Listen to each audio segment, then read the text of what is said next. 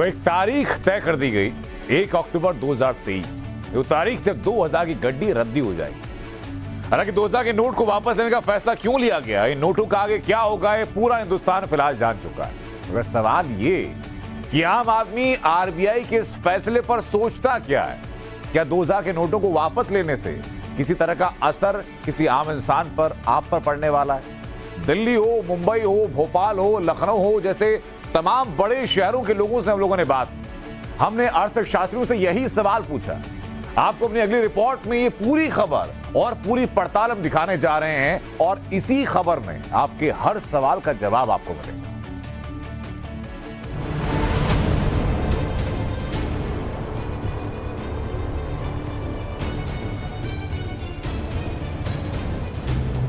का नोट वापस करना है आपके पास? 2000 का नोट हमने तो सालों से देखा नहीं, जबकि मैं कॉन्ट्रैक्टर हूँ, मैंने तो सालों से नहीं देखे हैं। 2000 का नोट कहीं कहीं आप लोगों ने देखा?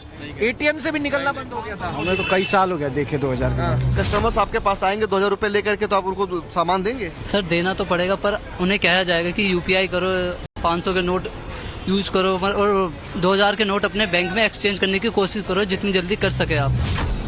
अगर आपके पास 2000 के नोट हैं तो घबराने की जरूरत नहीं है। 23 मई से आपके नोट बैंकों में या तो बदले जा सकेंगे या फिर अकाउंट में जमा हो पाएंगे। इसके लिए एक बार में 2000 के 10 नोट लेकर बैंक जाना होगा बदलने के लिए, लेकिन जमा आप कितना भी करा सकते हैं। ये प्रक्रिया 30 सितंबर 2023 तक जारी रहेगी। यानी 2000 के नोट अगले 4 महीने तक लीगल टेंडर में रहेंगे। आप इस फैसले को कैसे देखते हैं? बहुत अच्छा फैसला है। लोगों के पास में तो वैसे भी 2000 के नोट है नहीं और सामान्य जनता तो वैसे भी 2000 के नोट देखने को तरस गई है। मुझे लगता है कि ये नोट धनपतियों के लिए बहुत अच्छा रहेगा कि जितना भी काला धन है वो देश के लिए वापस आएगा, देश सेवा के लिए। 2000 का नोट कब देखा? मैंने बहुत टाइम से नहीं देखा है। ये देखिए 2000 का नोट दिखा गया। अब आप इसको जल्दी आपको इसको बदली करवाना पड़ेगा। अभी 3 महीने है जी। आप जो है किस तरीके से सर इस फैसले को देखते हैं? सर आप इस फैसले को कैसे देखते हैं? नहीं, ये कोई तकलीफ नहीं है। मोदी साहब का सब काम में कारोबार प्लान में होता है, वो जो भी करेंगे एकदम बरोबर ठीक होगा। कि सामान्य जनता को उससे कोई तकलीफ नहीं होगी। जनरली अभी किसी के पास 2000 का नोट नहीं है। जो काले धन वाले हैं उनको तकलीफ पड़ेगी और वो हमेशा चिल्लाते रहेंगे। बड़े अमाउंट केस में पेमेंट करने 2000 का जरूर पड़ता था, गिनने की लेके ला जाने की कोई तकलीफ नहीं। मगर अभी तो बहुत ईजी है। मगर अभी ये टाइम है, विद इन 4 मंथ्स इजी। 2000 के नोटों को लेकर पिछले काफी वक्त से लोगों के जहन में अलग अलग सवाल थे।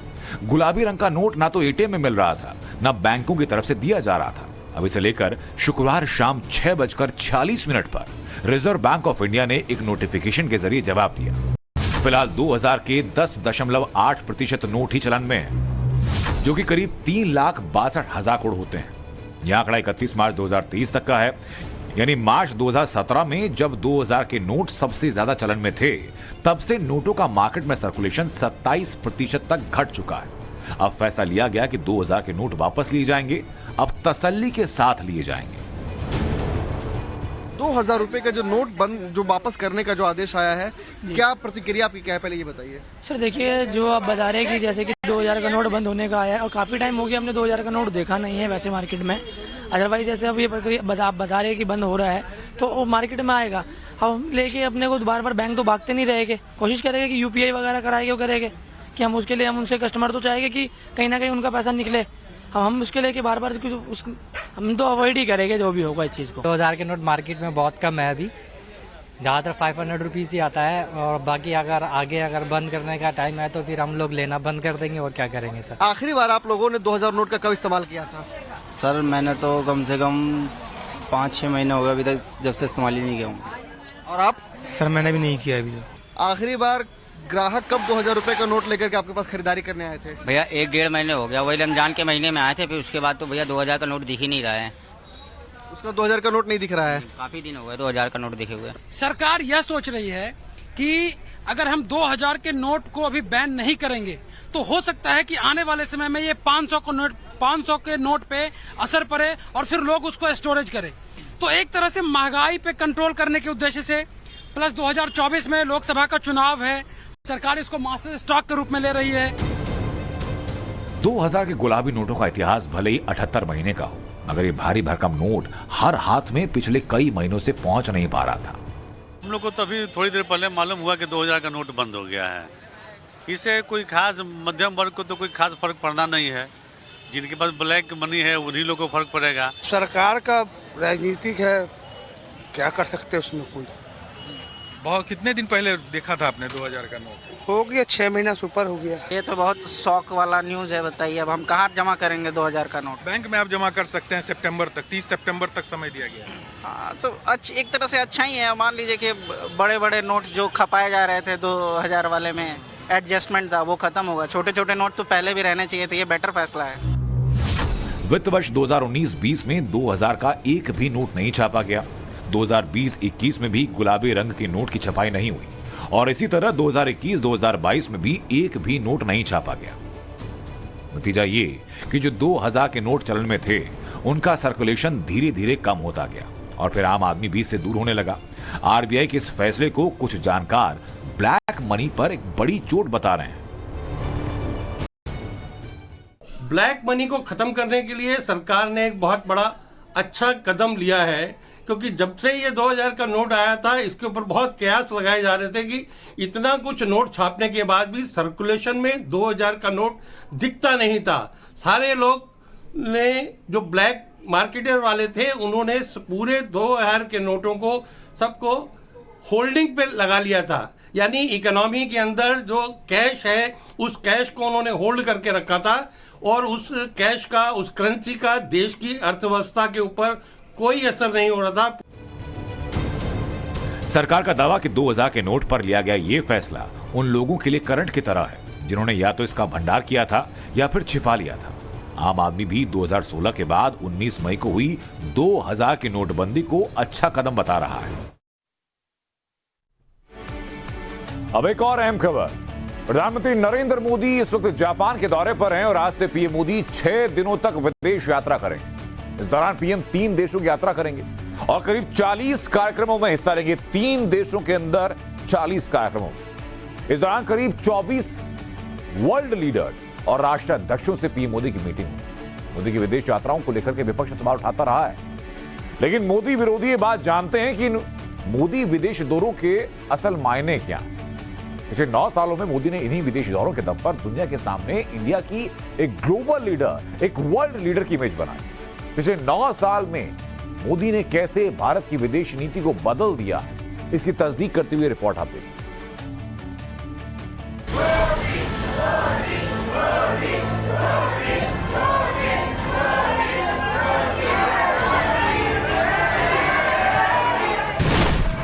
जापान में जो कुछ हो रहा है उसे पूरी दुनिया में खबर हेडलाइन के तौर पर दिखाई जा रही है। मोदी के जापान पहुंचने की खबर को ब्रेकिंग न्यूज के तौर पर दिखाया जा रहा है और ऐसा इसलिए क्योंकि भारत G7 देशों का सदस्य नहीं, लेकिन पीएम मोदी को स्पेशल इनविटेशन देकर बुलाया गया। पीएम मोदी बतौर अतिथि इस बैठक में शामिल होंगे। आसान शब्दों में खबर की बात करें तो ये मोदी मैजिक की कहानी है। 9 साल में मोदी ने कैसे इंडिया को लेकर दुनिया का नजरिया बदल दिया, इस बात की तस्दीक कर रही है। 9 साल में मोदी ने अपनी विदेश नीति और कूटनीति के दम पर इंडिया को इस मुकाम पर खड़ा कर दिया। जियोपॉलिटिक्स और वर्ल्ड डिप्लोमेसी का हर चैप्टर मोदी और इंडिया के बिना अधूरा है।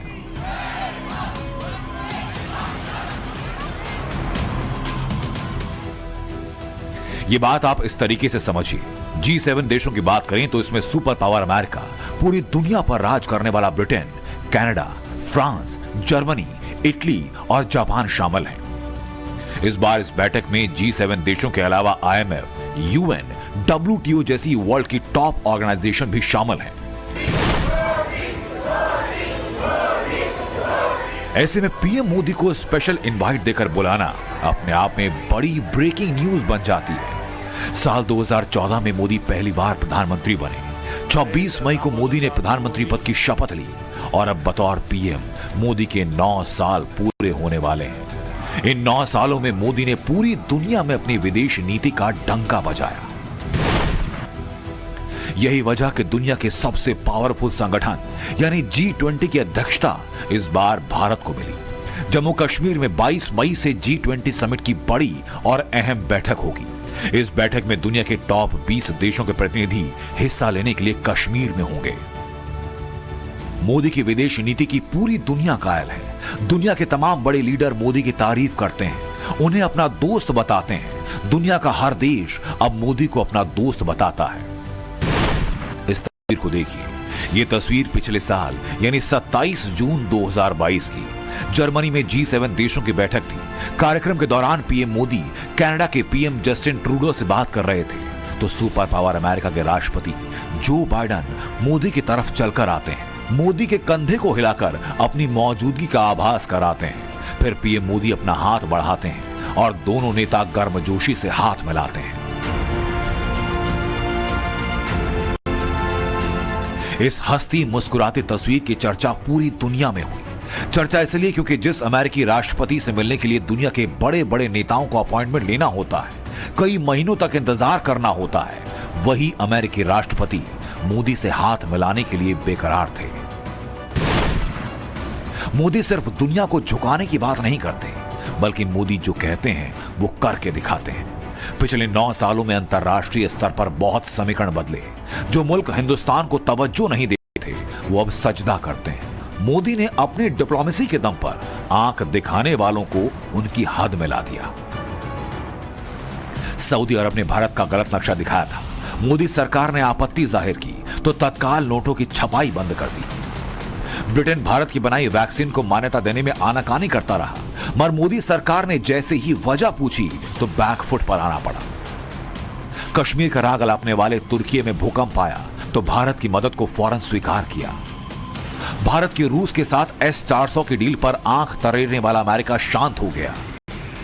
और तो और पूर्वी लद्दाख पर 17 दौर की बातचीत करने वाला चीन LAC पर पीछे हटने को मजबूर हो गया।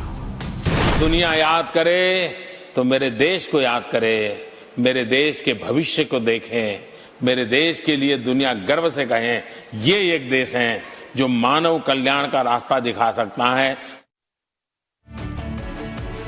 और इस बीच एक बड़ी खबर, दिल्ली में अधिकारियों की ट्रांसफर पोस्टिंग के मामले में सुप्रीम कोर्ट के फैसले के बाद केंद्र सरकार एक अध्यादेश लेकर आई। अध्यादेश में ट्रांसफर पोस्टिंग के लिए एक authority, national capital civil services authority बनाने की बात कही गई। सुप्रीम कोर्ट का दिल्ली में ट्रांसफर पोस्टिंग पर फैसला आया था। दिल्ली सरकार को ट्रांसफर पोस्टिंग का अधिकार दिया गया था और दिल्ली सरकार को यह अधिकार मिलने के बाद सुप्रीम कोर्ट के फैसले के बाद अब केंद्र सरकार की तरफ से यह अध्यादेश लाया गया। हमारे साथ गौरव श्रीवास्तव जुड़ चुके हैं ज्यादा जानकारी के लिए। गौरव, क्या है इस अध्यादेश में? देखिए, ये एक बड़ा अध्यादेश है और इसको देखा जाना चाहिए कि सुप्रीम कोर्ट ने हाल ही में संविधान पीठ ने जो फैसला दिया और ये तय किया कि अधिकारियों के ट्रांसफर पोस्टिंग का अधिकार जो है वो दिल्ली की सरकार के पास होगा। उस आदेश के कहीं ना कहीं एक काट निकालते हुए केंद्र सरकार की तरफ से एक अध्यादेश लाया है। इस अध्यादेश के बारे में मैं बता देता हूं। अब अधिकारियों की ट्रांसफर पोस्टिंग के लिए दिल्ली में, यानी कि राष्ट्रीय राजधानी दिल्ली के क्षेत्र में जो है national capital civil service authority नाम की संस्था काम करेगी। एक सरकारी अथॉरिटी काम करेगी जो कि अधिकारियों के ट्रांसफर पोस्टिंग को देखेगी। इस अथॉरिटी का स्ट्रक्चर ये होगा कि इसमें मुख्यमंत्री, दिल्ली के मुख्यमंत्री होंगे जो कि चेयरपर्सन होंगे इस अथॉरिटी के। इसके अलावा चीफ सेक्रेटरी दिल्ली सरकार, वो इसके मेंबर होंगे और इसके अलावा प्रिंसिपल होम सेक्रेटरी जो कि दिल्ली सरकार के होंगे, वो 3 सदस्य इसमें होंगे। और इस मामले में इस अथॉरिटी द्वारा जो भी फैसला होगा वो वोटिंग के द्वारा तय होगा, यानी कि किसी भी अधिकारी के ट्रांसफर को लेकर बहुमत के आधार पर फैसला लेना होगा। और जितने भी रिकमेंडेशन है अथॉरिटी के, वो मेंबर सेक्रेटरी द्वारा जो है ऑथेंटिकेट किए जाने होंगे। अब इसको ऐसे समझिए आम भाषा में कि अगर दिल्ली के मुख्यमंत्री केजरीवाल किसी अधिकारी का ट्रांसफर करना चाहते हैं अपनी मर्जी के मुताबिक, तो उसके लिए उनको भारत सरकार द्वारा दिल्ली की सरकार में भेजे गए 2 अधिकारी, चीफ सेक्रेटरी दिल्ली सरकार और इसके अलावा प्रिंसिपल होम सेक्रेटरी दिल्ली सरकार, 2 में से एक किसी को जो है वो अपने पाले में, अपने पक्ष में करना होगा। तो कहीं ना कहीं फिर से ये पेच फंसता हुआ नजर आएगा, क्योंकि इन दोनों ही अधिकारियों की जो पोस्टिंग है, तैनाती जो है वो भारत सरकार द्वारा ही की जाएगी।